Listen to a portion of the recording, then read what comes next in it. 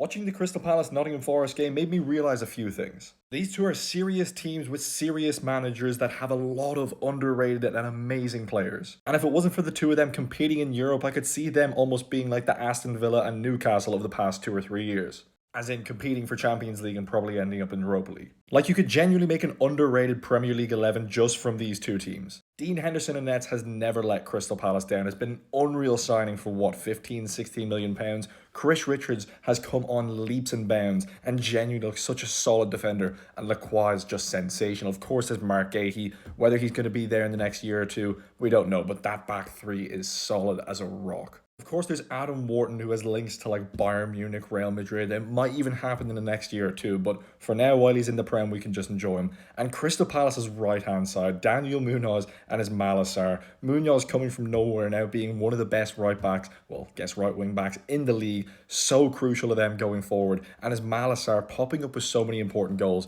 I was talking whenever he was at Watford. He ended up going to Marseille, but I was saying the likes of Everton or Crystal Palace should get him because he's just a physical mismatch to most fullbacks, physically and like in terms of speed. He is just a joke, and he's 6'2". And then you have Mateta, who's averaged like 15 goals a season since he's kind of turned it on for Crystal Palace. But his link-up play is absolutely ridiculous. The keeper Henderson always, even the back line, launching it forward to Mateta. He always takes it down to his chest or flicks it on to Sar or Devaney, who actually had a pretty decent game too. Moving on to Nottingham Forest, who weren't at their best today but still got a result. Gibbs White wasn't really at it. Hudson-Odoi getting his goal, taking it well. Wood didn't really have too many quality chances.